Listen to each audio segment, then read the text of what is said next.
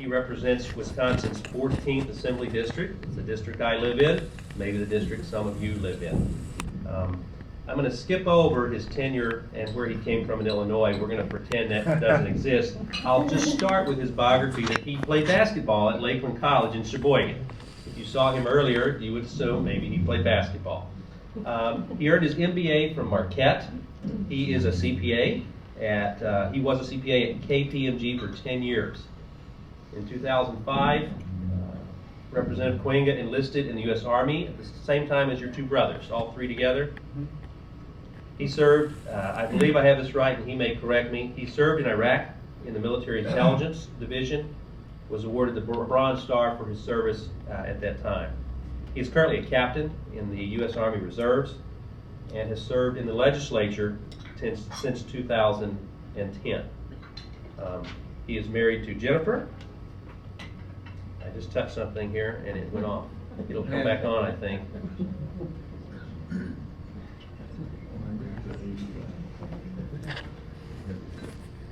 He is, thank you. He is married to Jennifer and they have 4 wonderful children.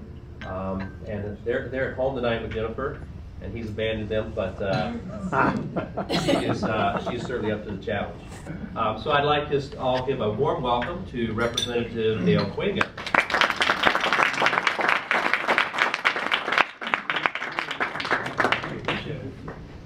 Well, thank you. It's an honor to be here. I want to thank especially Dr. Lee and his entire family who I've got to know over the years. What Dr. Lee didn't tell you is I got 4 kids, and the oldest was born when I was deployed to Baghdad. I wasn't there. I got there about 40 hours later. I was on a mission. They threw me on a Humvee, threw me on a plane. Long story short, I got back home about 60 hours later thanks to a Red Cross message. He was fine by the time I got there. So he was born in Effingham, Illinois. So whenever he misbehaves, I yell effing ham. Is where you were born. But the other 3 children were actually delivered by Dr. Lee. So that's one of the first connections we had to them. And I don't know if it's because those 3 are girls or they're delivered by Dr. Lee, but they tend to be the better behaved ones. So testament to his practice. So thanks again for having me. I was just thinking about what to talk about tonight, and they talked about this is you actually get professional education for this credit. So I thought I'd probably give you some substance here and talk some numbers. That's not too hard for me. I was, as you noted, was in public accounting for 10 years. And although I did a lot of different industries, one of the industries I spent probably the most significant time on was healthcare. So I've actually done the audits of Aurora Healthcare, Wiener Franciscan, Ministry, Marshfield, University of Wisconsin, and ironically now I'm on the University of Wisconsin Hospital Board, medical college audit. So I've been in the numbers. I've seen what commercial pay pays and self-pay and Medicare and Medicaid. And so when I got to the Capitol, people kind of figure out what you know and what you don't know. And what you know, they take advantage of the citizen legislature and say, hey, what do you know about this? We need to make laws surrounding it. So although I've been the lead on a lot of the healthcare stuff in the Capitol, I've been right there as far as helping to try to understand and shape some of that policy. I'd say the biggest involvement I've had in the Capitol in the space is that's where the money's going. And I'll show you exactly where that's at, and I think it will drop your jaw. It'll kind of probably give you an appreciation for how the public policy issues that you discuss and you deal with have an impact across our whole state, not only because of health, but because of the demand it's pulling on our budget. So with that being said, I got some slides I pulled together. So I thought I'd just go through those slides and tell you a story about where we're at in Wisconsin. So I think the biggest thing in healthcare that's got the most attention is the Affordable Care Act. And the Affordable Care Act, as it relates to states, had the states decide, are you going to expand Medicaid, or it actually forced you to expand Medicaid first. And I don't know if you recall what happened, but there was a court case, many court cases, but one court case in particular that made it to the Supreme Court and said that you cannot force the states to expand Medicaid unless you're willing to pay for the whole thing. They said they're not willing to pay for the whole thing. So what you had was an opportunity, I really think an opportunity, to take elements of the Affordable Care Act and also that court decision. And essentially what you have right now is a huge laboratory across 50 states that every state, not every state, but there's essentially close to 50 different ideas being played out as far as states expanding Medicaid, not expanding Medicaid, and if you expand Medicaid, what does that look like? And so without getting too much into the details, I'm going to look at some states with you and just tell you what other states are doing, and what Wisconsin has done is where we'll start. So essentially where we were before we had to make a decision on how we were going to implement the Affordable Care Act, Wisconsin really had a patchwork of who was covered and who was covered under Medicaid. Let's see, it's cutting out again. Can you hear me without them? If I use the mic. Does it sound okay? Keep cutting out. It sounds cutting out. So this is a little complicated, but essentially it breaks down the population that requires Medicaid. Obviously, is the population doesn't have the income to be self-pay, doesn't have a job to have commercial insurance. And it breaks them into categories as far as childless adults, parents who have custody of their kids, pregnant women, and children. And essentially what you had is that pregnant women were covered up to 3 times the poverty, and children were covered completely up to 2 times poverty, and then you could actually get a lower cost premium badger care up to 300% poverty. And then custodial parents were covered up to about 133% poverty, and you could pay a premium in this area up to 200%, and then above 200% you were ineligible. And the biggest population, childless adults, had no coverage. There's essentially no coverage for this group of people. And so essentially what Governor Walker did is he did something that's being done in no other state, and it largely stayed intact from the legislature, where he said, you know what, we're going to make Badger Care, Medicaid, is we're going to make Badger Care for people that are truly in poverty. So it's pretty simple, that if you're at 100% of poverty or below, it's very simple. You have free healthcare, no premiums, essentially very low or no premiums, so no cost share. And so you see that represented here, that where before you had childless adults that had no coverage at all, now childless adults had coverage. The exception to the poverty was if you're a little bit above poverty for pregnant women, that extended Badger Care, and then also children continue to go up to 200%. So no children were taken away Badger Care in this process. And then what the rationale was is that we have this new system in place that we did not have from the federal government before the Affordable Care Act, and that was this concept of an exchange.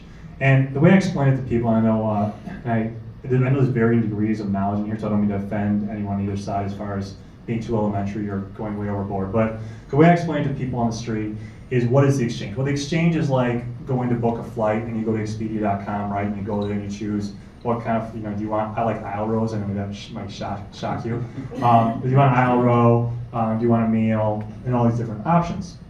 And there's 4 different options really on exchange as far as, do you want the bronze, the gold, the silver, or platinum, right? And so these individuals, although some of these individuals no longer have Badger Care coverage, what they do have is they have the ability to go to this exchange, and on the exchange they receive a heavy subsidy, and that subsidy is based on what their income levels are.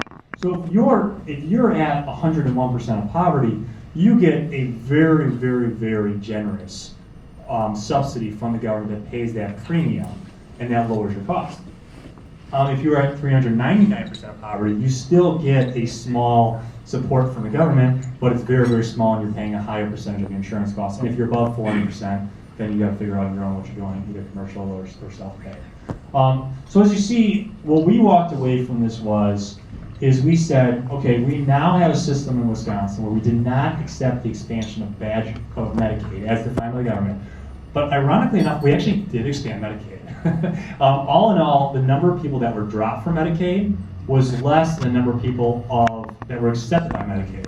So I think it's kind of one of these political false arguments, is people always say, well, the governor didn't expand Medicaid. The truth is, actually, he did expand Medicaid. He didn't expand it the way it was defined in the federal law, but today there are thousands of more people, tens of thousands of more people on Medicaid than there were previously, because of the way this rolls out and the different populations now eligible. Okay, but here's the bottom line. It is for people that have a lot of craziness going on here.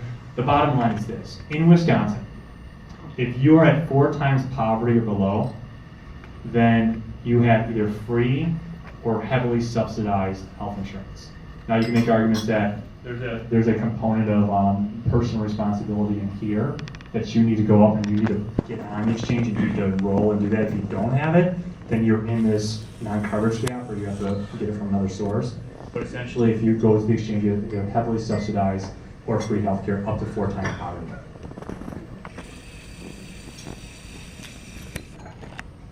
So what have other states done? I'm not going to go through Arkansas, Michigan, Pennsylvania. I thought what would be more interesting, just to kind of show you different approaches, is I'm going to just really quickly mention Iowa, and the next slide I'll talk about Indiana. I think those are 2 states that kind of wrestled. They're states that politically have different people that came to the table to figure something out.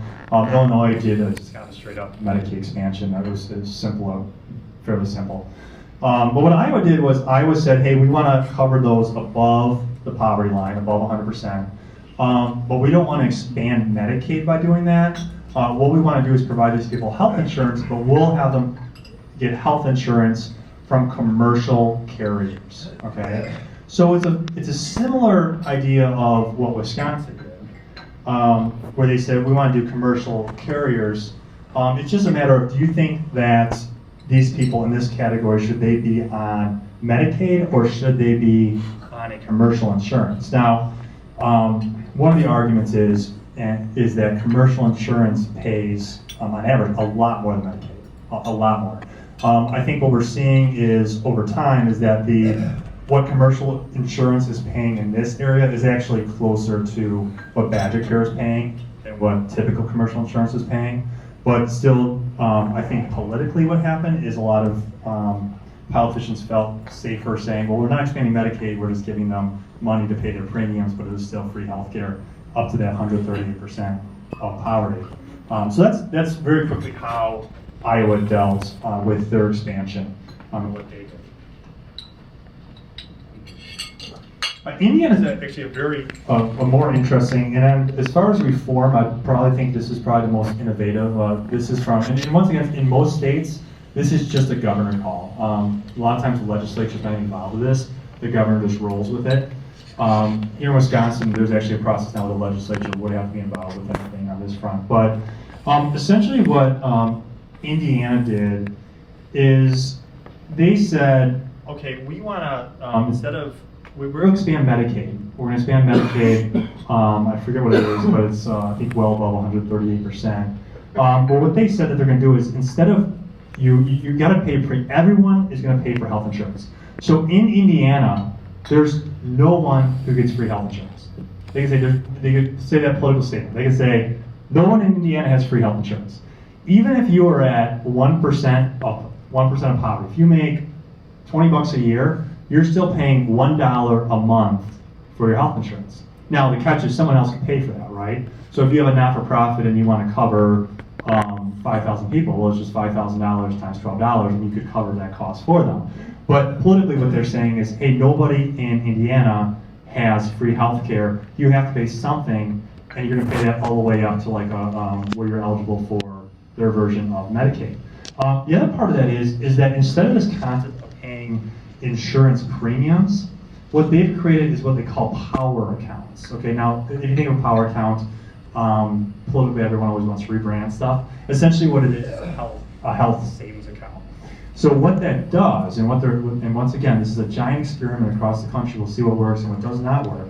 But the idea is if we give people this health savings account, and they have to touch that money before they if they have a sense of ownership in that account, then maybe they will make more decisions to lower their own costs in healthcare, as opposed to having this free ticket. I'm just going to go out there and grab as much healthcare as I can because who cares? I'm not paying for it. So that's what Indiana is doing. Pretty innovative and interesting.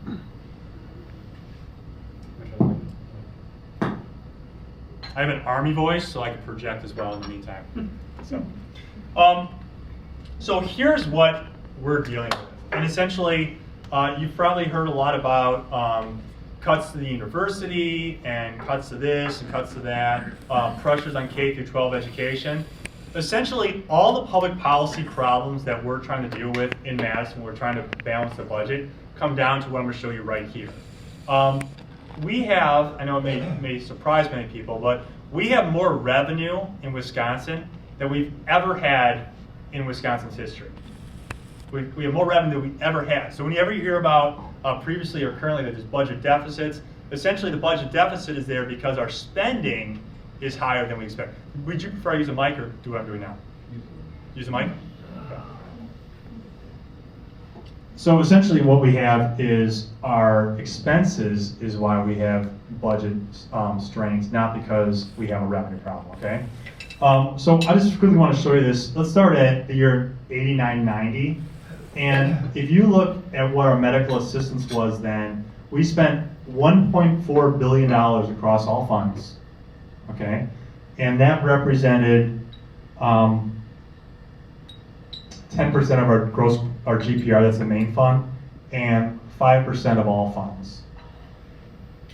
You go today in 2015, 2016, and now you've jumped to, it's 26% of all funds. So we've gone from 5% to 26% just from 1990 to today. But you don't even have to make that big of a jump. I mean, if you just go back to even 2010, or 2010, you can see that we even went from there from 20% of all funds up to 26%. The general fund here is up from 10% on average, up to 17%. So what you're seeing here is an explosion, an absolute explosion in our Medicaid spending. Everything else, if you're looking at a pie of the budget, our budget about $70 billion, all funds, everything else has taken a smaller part of that pie. University, corrections, transportation, K through 12 education, everything has become a smaller piece of pie, and Medicaid has become a much larger piece of that pie, dramatically. So everyone else in the state has lost their share of the budget, and Medicaid is the only part of the budget that's grown. That is a significant problem because what relief do we have in sight? There's not much relief in sight. Some of it's under control, some of it's not under control. First of all, even though we see that there's some opportunities right now for all the things I showed you with Medicaid expansion that ought to be approved by the federal government, and there seems to be more of a willingness lately to provide innovation and opportunity to try to figure out some cost curves. Generally speaking, the federal government is still not very flexible with the states to be innovative to lower their healthcare costs. There is still a great need for flexibility, so you're kind of locked in. The second part of it is that we're a graying nation and we're a graying state. So we're a graying nation on average, but then Wisconsin is graying faster than the rest of the country. And so if you're looking at Medicaid pressure, this trajectory is going to continue going this way out. I mean, if we're talking about 10 years out, we're talking about 33-34% of our budget that is just going to be for Medicaid. And so when we're talking about K through 12 education, our university system, our roads, and everything else, this is the piece of the problem that we need to figure out. And so, would Medicaid expansion fix this? Well, some would argue that it would help because what happens is the federal government gives you more money to get a larger population, but that in the federal law that drops off over time. They kind of like say, we'll help you, but we're going to wean you off this. And that's in the law, not to mention what lawmakers could do if they decide to balance their budget in DC or get closer to a balanced budget. Their largest expense now is healthcare. And so it's the largest line item. When you're trying to balance a budget, what do you look at the largest line item? The other part of that is I lost my train of thought, I apologize. But there's not much relief in sight as far as what we're going to do with medical assistance going forward. Always looking for ideas, but I think that next session we'll be seeing more new ideas. I think right now we're doing a lot of experimentation as far as in-home healthcare. Can we treat people in their home to keep them out of the hospital, keep the costs down? I personally am doing a lot of research. I think there's a huge opportunity in moving to more of a capitated system and not through a managed care organization where insurance companies are still doing the billing. But I would like to see a pilot saying, all right, Wiener Franciscan, if you think you could serve these 1,000 people, here is $3,000 a head, and one person may cost you $100,000, but of those 3,000, maybe 1,500 never even make it in the hospital. And what I really like about that concept is I want to change the healthcare system from a reactive system where a hospital has incentive to get you in the front door to make money, and I want to make it where the hospital has an incentive to keep you out of the front door and maximize that. And that's what I'm really looking into right now as far as a reform next budget, is can we do something where we do a pilot with hospital systems across the state for a finite number of people and see if those cost curves get brought down if we contract directly with the provider and just simply say, here are 5,000 people, they are in poverty, here's their social security numbers, here's where they're at. And you gotta have some sort of system that can change carriers if they're not happy. But I think that would offer a bold opportunity for trying to change the nature of healthcare and the incentives. I think everyone is good faith actors, or nearly everyone, especially in Wisconsin, but I think changing the incentives and changing the mindset of a healthcare system that's reactive to a healthcare system that is proactive could be helped by a system such as that. That's a little inside scoop because I haven't really talked about that publicly yet, but there you go. Just another thing that I know is important to the hospitals in particular is we do this thing called DISH. Who's ever heard of DISH before? Okay. So DISH is actually a federal concept, and what it is, it stands for disproportional share. It means you have a disproportional share of Medicaid patients, right? And so the concept is like we will pay you more if you have more Medicaid patients, because obviously your bottom line is probably hurt more if you have more Medicaid patients than other patients. So Wisconsin does it what you see here is I'm trying to show that last budget we actually restored DISH. It was cut off back here. They took the money out of there, used it for other things to plug budget holes, and we actually restored the DISH money. But it's still very, very broken. And I'll say why. I mean, maybe I'm a little biased because I represent Southeast Wisconsin. But it's what I call a disproportional share now. Politically, what happened is people were like, well, I want my hospital to have DISH, but they weren't eligible because they didn't have a disproportional share of Medicaid. So now what we do is we just give $250,000 to every single hospital in the state of Wisconsin, almost.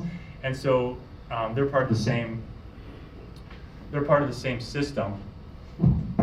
They're part of the same system, but if like Elmbrook Hospital and St. Joseph's were separate entities, they would both get $250,000. So it's kind of gone from a disproportional share to, once again, a proportional disproportional share of this money, which kind of defeats the purpose of the DISH program. But nonetheless, there's $36 million that are now for the hospitals. This is a bill that we just passed. I think this really is on the forefront of opportunity in medicine. And essentially what this is that there's an Interstate Compact for licensed professionals. So obviously as a physician, you're licensed, and as you should be licensed, as someone who tries to keep licensure to a minimum, I think physicians should be licensed. But what this does is it offers a framework where there's more of a reciprocity between states. So this is key for a couple different reasons. First of all, if you have a specialist, that specialist could travel to Chicago as opposed to that patient traveling to you. What's even more important is with telemedicine, you could actually dial in a physician from another network in another state, and they could actually practice medicine through this system. And so there's still controls in place. It's through a compact. There could be reciprocity. But if one state like went crazy and said, "Oh, we're not going to license doctors anymore," then they would not be part of the compact anymore. So there's this, but this really offers an opportunity to really break down and provide more reciprocity between states, because we know healthcare issues are similar among states, and the best and brightest should have the ability to travel throughout the states. So this is a little shameless plug to contact your representative to support this bill, because this is a bill I just introduced. And what this bill does is essentially, previous to 1989, the state of Wisconsin was accumulating a lot of information from the hospitals for the purpose of research and figuring out what's going on in the healthcare community. And the state was assessing hospitals like $2 million to do that, $3 million to do that. And what happened was the Wisconsin Hospital Association said, well, instead of charging us to do this, why don't you just allow us to take our own information and slice and dice it and get lessons learned, and we'll do it, and then you guys can save $3 million. So this is what they did. So now we have the Wisconsin Hospital Association Information Center. The problem is that although they got a lot of useful information, they still don't have as much useful information as they would like. And a good example of that is like for location, we do zip codes. Well, you know that within the same zip code, there could be a very big difference in the type of poverty within the same zip code. So this allows them to change it to what the U.S. Census seals, which is more block codes, but it's still confidential. The other part is that is like the state law says you can't use race. So if you're doing a study, you can't look at the difference in healthcare disparities among races, which is a little silly, especially when you know that some diseases affect one race but may not affect another race to segregate that. So I think this is key because I think essentially as we're looking at more and more critical data, this is the information that could help us serve our patients better by looking at the information and figuring out what's going on out there. You'll be happy to know the Patient Compensation Fund is in very good hands. I think Wisconsin really stands out in this regard, as we have a very functional system that keeps the malpractice insurance rates very low for Wisconsin physicians. And one of the things that the previous administration did is they actually saw this as a piggy bank, and they took $250 million out of it. $200 million out of it. We've actually put that $200 million in. Today, as we speak, there's a $1 billion balance in that fund. That's $750 million more than the actuaries say you need. So this is why you're seeing premiums reduced somewhere between 34% and 30%, and you'll continue to see those premiums being reduced going forward. So I thought you'd like that. And I promise you we will not raid that fund.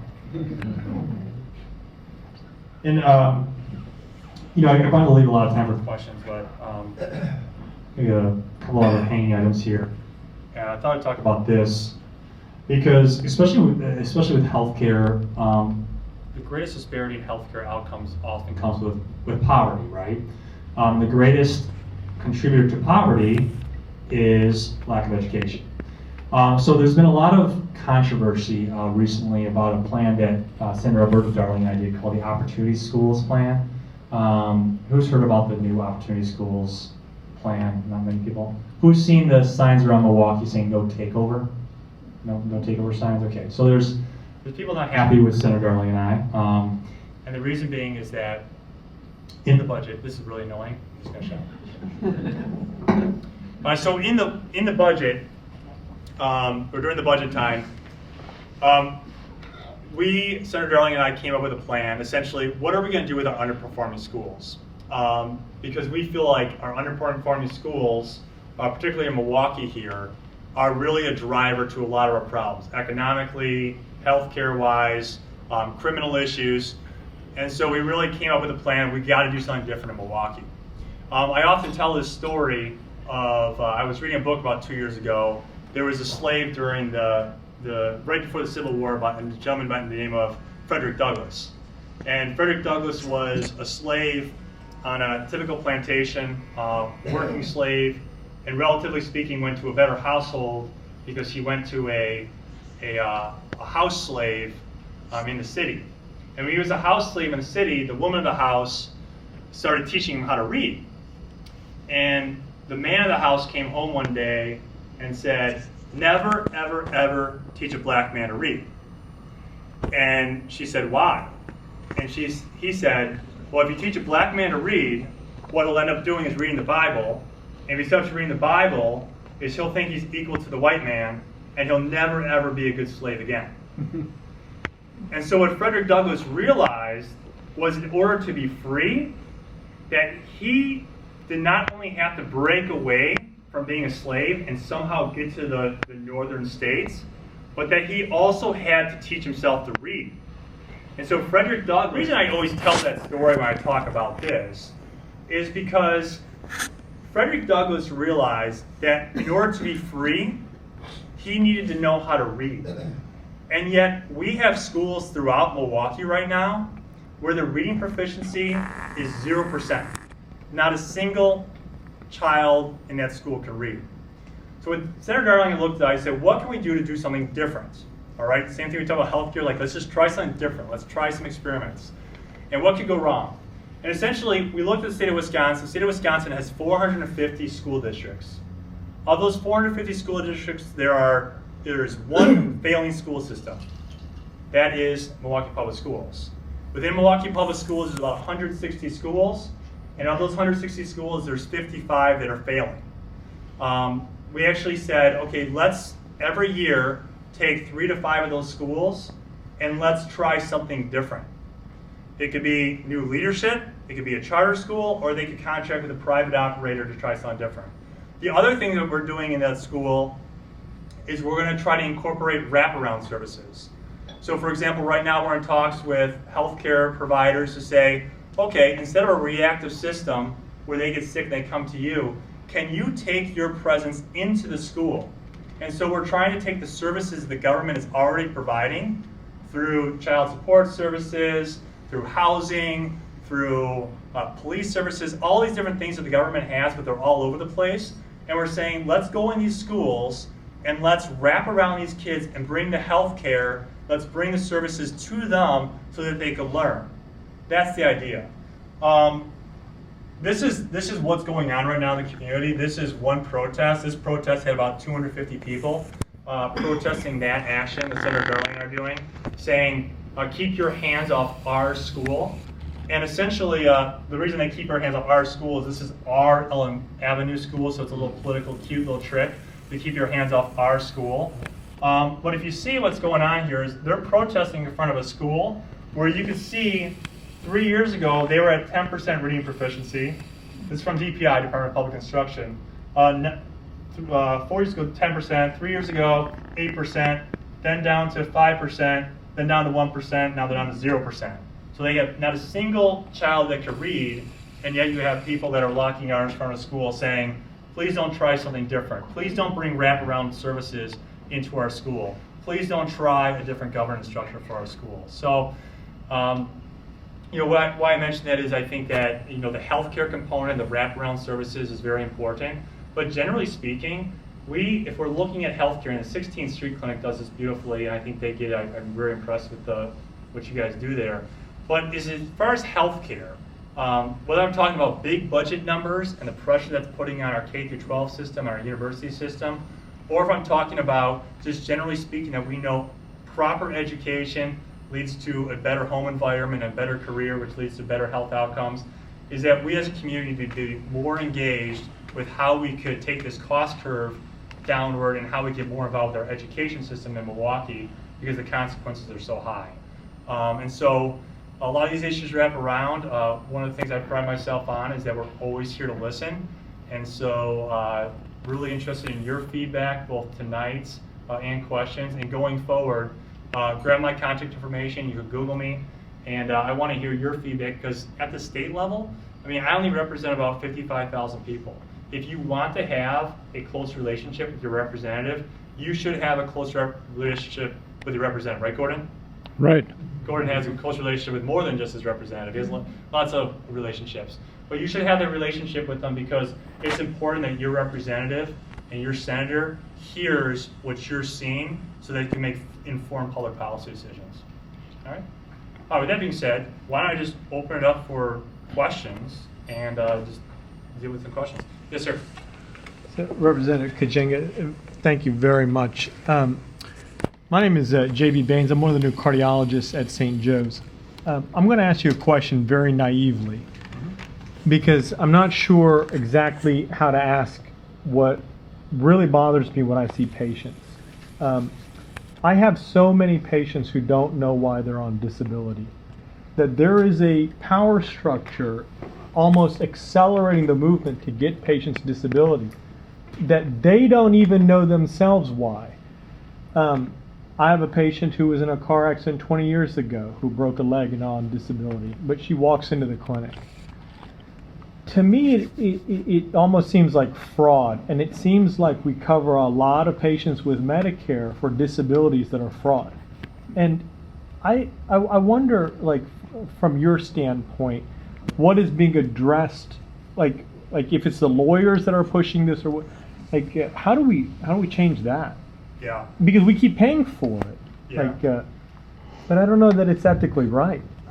Yeah. So I made it a point. There's another politician I listen to frequently. He always talks about how frustrated he is, and so I made a point to never say how frustrated I am.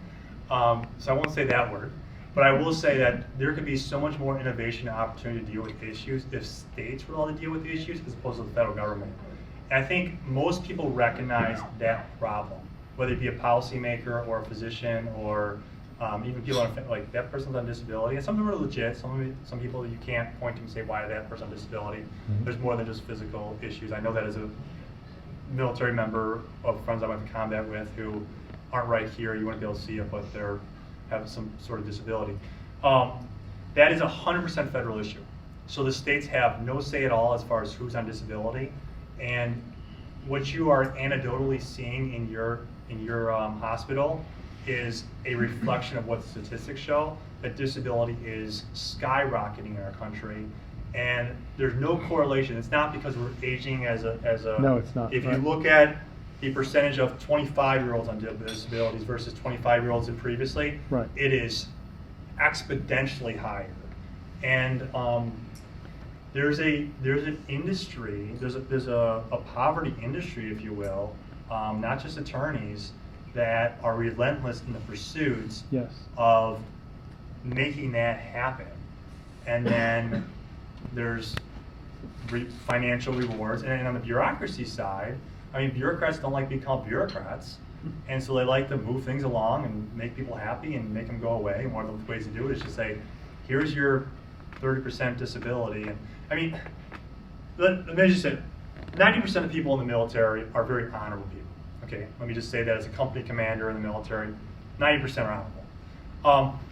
But are there dishonorable people in the military? Obviously, there's dishonorable people in every profession, right? And what I've seen is, even in the military, is I've seen the fake it where, oh, my shoulder, and they find that one physician who gives them the disability. Why is that? Well, in the military, you get 20 years, you get a full pension, right? But if you leave at 19 years, you get nothing. So what guys do is they're sick of the military, they want to get something for the service, you come up with some sort of disability into it, and then you get your annuity from your military disability, which is very similar to the problems we're having with regular disability, and that goes on in perpetuity, and it's, that's a lot of money. So yeah, I don't have a solution for you. If I was in Washington, I think I'd come up with more solutions. Like to but people in reassess Washington it, come up yeah. with or- solutions as far yeah. as what they need to do to pin down that system, make it better. I appreciate that that you talk about it. Just to hear your perspective is important. Thank you. Everything you're seeing is bore out with what's happening nationally with the numbers. It's Is there- unethical. Yeah. Yes, thank you so much. John Lehrman, I'm a psychiatrist at the Medical College of Wisconsin. And right now, probably the greatest shortage in all of medicine of specialists is child psychiatrists. Mm-hmm. And I want to thank you and your colleagues in the legislature for passing the child psychiatry consultation program that was passed. And what that's doing is it's allowing us to take a population health approach in providing child psychiatry consultation to primary care providers for kids, which enables them to provide more informed mental health care and expanded mental health care where they see kids and they're having to provide that mental health care anyways. But what's needed now is an expansion of that.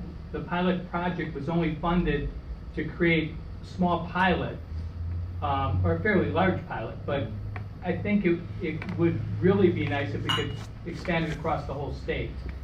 And Massachusetts does that and does it very well, and that's the model we've been following. And you want to share your thoughts about that? Yeah, I'd have to look. I mean, we just did that like 18 months ago, right? Yes. Yeah, so I mean, essentially the purpose of a pilot is to let it run out a little longer and actually look at the results and then go from there. So I think, I don't know what's fair, but I think, longer than 18 months out is let a pilot run out. Let's accumulate the data, do the research both quantitatively and qualitatively, and based on that, make a decision as pull back the pilot or expand the pilot. I'm a CPA MBA guy, so it's a lot of numbers. I like to see the data and go from there. Yeah. Yes, ma'am. Dr. Sabina Deer, Family Medicine at the Medical College of Wisconsin. I hope we can all agree that the reason we're talking about all these numbers and the dollar amounts spent and who pays for what is that we want to achieve better healthcare outcomes for all. We want the money we spend to result in better and longer lives for everyone. Right. So let's talk about what really matters here.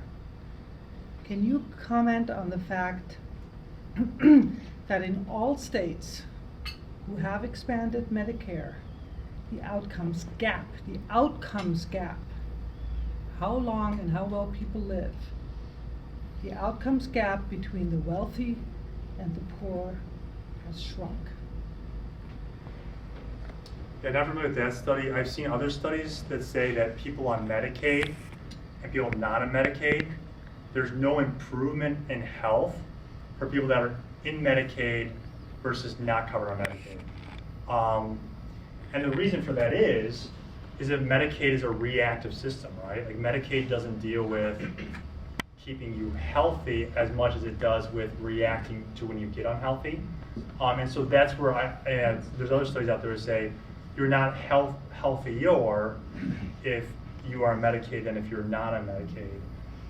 The other part of that is if you're looking at, I don't know what study you're looking at, look at that, but if you're arguing that we should expand Medicaid more, definitely open those conversations. But here in Wisconsin, we have expanded Medicaid. That was one of the first points I wanted to point out, is that there's this false presumption out there that we've actually kicked people off of Medicaid. We pulled more people off Medicaid, but net, we have tens of thousands of more people on Medicaid. So it's one of the things you just don't hear out there in the news is the news flash that Wisconsin Republicans expanded Medicaid and have spent over $3 billion more on Medicaid than any other administration ever. I'm Karen Smith, I'm a medical student. Have there been talks or even studies on whether or not expanding Medicaid as far as getting more people in the net versus increasing reimbursements would increase health outcomes? Because I think it's kind of a well-known, unspoken tragedy that physicians don't want to take patients who have Medicaid, or are less likely to, because the reimbursements are a fraction of what they could get through other insurance companies. Have there been talks, or have they looked at whether or not deepening the reimbursements as opposed to expanding who gets those reimbursements, if that would improve outcomes? I do not know if any state is taking that approach. I think right now, everything I've heard of in states is instead of expanding the amount you pay for Medicaid, is to go the route of expanding the population eligible for Medicaid. And that is probably due to the federal incentive. The federal incentives are not to increase your reimbursement rates. The federal incentives are very clear. We want you to increase your Medicaid population. I mean, that would be interesting to know. I think where you'd see the most interesting breakdown on that is in dentistry. If you think the Medicaid rates are really bad in typical healthcare, the dentistry ones are pitifully low. And so what we're doing right now in dentistry is we're doing a pilot in, I believe, 4 counties in Wisconsin, where we actually are doing exactly what you're saying, is we're increasing the Medicaid amount significantly, and then we're seeing what different outcomes those have as far as does it reduce costs. Maybe it reduces cost because, especially dentistry, prevention is key. And so if you could raise the rates you're doing for preventive work, do you save money in the long run because the more expensive work is now not happening for the population on Medicaid, which is typically children with dentistry. But yeah, so many options. Could I ask you a question that you may not like? There is a way to get the state out of, solve the state's budget dilemma and get rid of the disparities between Medicare and Medicaid and private insurance. One of the presidential candidates has proposed Medicare for all, get you out of the business of healthcare. Yeah, so that's the single payer system. And I would just say the biggest experiment of that system in our country has been the VA system. And the VA system, I could tell you, not personally myself, but from friends I very much care about who I've been to combat with, has woefully underserved them and has dropped them off the curb. And so I would be very, very leery of someone going to Washington, D.C. and saying, I want to replicate, although we have a strong VA here in Milwaukee, using the same type of government control of healthcare to replicate that across the whole system. Don't let them fool you. Single payer doesn't only mean single payer. it also means single provider. And that's where you're. Medicare for all. If you, That's yeah. not a single provider. No, they want to think of the whole system. That's having a single payer that, if you have one I didn't customer. think you'd like the idea. That's okay. I don't like the idea, and I'll tell you why. I mean, Well, I'm not, even if you say, well, let's take your argument and say like, okay, no, you'd still have an independent Aurora Healthcare, independent Wiener Franciscan. What happens if I'm the only member of the Wisconsin Club? If I'm the only member here, I'm gonna come and I'm gonna say, I don't like these chandeliers, I don't like these carpenings, I don't like your taste of, I am the only customer, so guess who they listen to? I am the only customer. And if you have a single payer in your systems, don't think that there'll ever be a Aurora Healthcare, Wiener Franciscan, or Children's Hospital. There will be Medicare Hospital Site 456, Medicare Hospital 457. It will be the death of the healthcare system, and it will lead to bad results. lead to lower costs and better care. I disagree. I respectfully disagree. That experiment's been done, it's called Canada. Yeah. And the only people who don't Europe. like the Canadian system are Americans. The Canadians love it just fine. Or Europe. I've also heard of Canadians that when things really get tough and they need the operation, I've also heard of Canadians getting on a flight. And Well, you know, you can always come up with anecdotes that, prove whatever you do, but they have different healthcare systems in Canada by province, and they have different hospital systems just the way we do. Spend a fraction of what we spend and have as good, if not better, health care. Many different Those are aspects. the I mean, numbers. I would also argue Those are the that numbers. how much would Why you is say more of the 65% innovation in healthcare though? More of the innovation of healthcare comes out of places like America or Canada. I mean, I think that and the system's not Well, our perfect. guys in Canada and the guys working at the VA would take exception. I don't work at either place, but they would take exception to this. Great research coming out of the VA system. Yeah, the great research. I understand it's part of the Great research. patient care. We do Not question. perfect. But we don't have a perfect Medicaid system in the state of Wisconsin either. Can I talk about Medicaid for a second? Yeah. Okay, so, quick background, I am a guest, and a lawyer, so if you want to show me the door, feel free. But my background also is on the insurance side, and so I'm intrigued by your idea about capitation. So one of the couple of thoughts, I agree with you, I think that there's great opportunity to improve outcomes because you can put more money actually towards prevention, get the middleman out. I mean, there's these publicly traded organizations are in Medicaid for a reason because there's money to be made and they're not adding any value. That being said, the state, we're gonna transfer risk to healthcare providers. That is technically the transfer of risk, i.e. insurance. So if you're interested in partnering with somebody, the Office of Commissioner of Insurance, and understanding those rules and how that's gonna work is gonna play a big part in being able to get exemptions, to be able to do it. It's the right thing to do, we need to be thinking about it, but the hurdles associated with it are gonna be vast because there's a lot of money that's being made in the chaos of healthcare that regardless of what your position is on any of this stuff, there's a lot of money that's being made in the current status quo related to chaos, which we call the healthcare system right now. That was Right. more of an editorial, but. No, I agree. I mean, Wisconsin, if you look at the industries in Wisconsin, Wisconsin has a very, very healthy insurance industry, so politically it is a tough conversation. I think what you're seeing though is a lot of the insurance companies are steering away from the exchange because they find the exchange is not financially viable. So I'm optimistic that if you're going to come and say, listen, this is a capitated program for people that you are steering your business away from and trying some new innovation, I could be naive, but I would hope that they would understand that wasn't a threat to their business model or their viability for what they do for insurance for people, mostly commercial pay and self-pay. But just think about this. I mean, you wouldn't even have to do billing. I mean, it would internally, obviously, you want to know There's what. a ton of waste, a Right. ton. There'd be no billing. It would just You have simply no- I mean- record what was going on, but there'd be no contractual negotiations or contractual allowances. You have no idea how many times we have to appeal for something to get paid the first time inadequately to be able to get paid the second time. I mean, the waste that's in the insurance and Medicaid alone, forget about the rest of the commercial, is so ridiculous, it's hard to even describe. So the amount of ways to redeploy those assets towards putting in care managers, putting in community liaisons that can help people's healthcare knowledge and, you know, basically their literacy improve. It's unbelievable what we'd be able to do to deploy those dollars in a place where we can actually make an impact. Where right now, we hire scads of people to basically defend the payment, the minuscule payment that we get, just so we can get it. I mean, it's obscene, to be quite frank.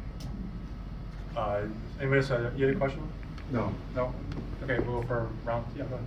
So, Representative Kooyenga, have you ever seen the picture, the Norman Rockwell painting, where the old doctor has the child on his lap and the family is sitting around and everybody's focused on the doctor? To me, that picture represents an era that I never practiced in, right? Which was families went to the doctor to get better. And I would propose what I would think intuitively is blasphemy, but I think it's a reality that today, not every patient actually wants to get better. And but it doesn't stop them from going to the doctor. What is, from your standpoint or from legislative policy, do you perceive that, or do you see that? And if you do, like, what do you think is a solution to that? Like, and I would take you even one step further. Like, I'm not an endocrinologist, but you know, some of the endocrinologists who follow diabetic patients who are non-compliant with therapy themselves are penalized for patients who actually don't want to get better. Yeah, I mean, it's, I can't, I've never seen that. What I would say, in this whole area, I mean, I could put this under the whole issue. I think what we're really focused on here is healthcare and poverty, right? I think that people that are not in poverty have a way to get healthcare, and our system does. How do we deal with healthcare and poverty? And so essentially, let's take a step. The best thing we do is have policies that promote people to not be in poverty in the first place, right? Because when they're not in poverty, their health outcomes increase.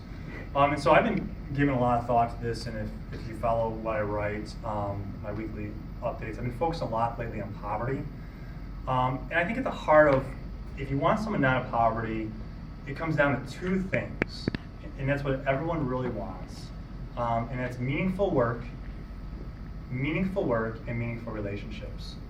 And that also, what that translates into the studies that I read on that, is meaningful work, meaningful relationships, is it also translates to happiness. Happiness translates to better health, right? So that's concerning to me. Like, if you're seeing people that don't want to get better, to me that sounds like, I bet you in both those cases you have a lack of meaningful work, meaningful relationships. Probably a pretty broad area, but I've not personally seen people that don't want to get better. All right, time is getting All right, short. cool.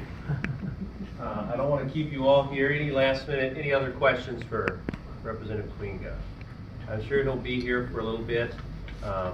We certainly appreciate, and you know, we always have robust discussions of passionate topics, and I'm grateful for everyone's participation.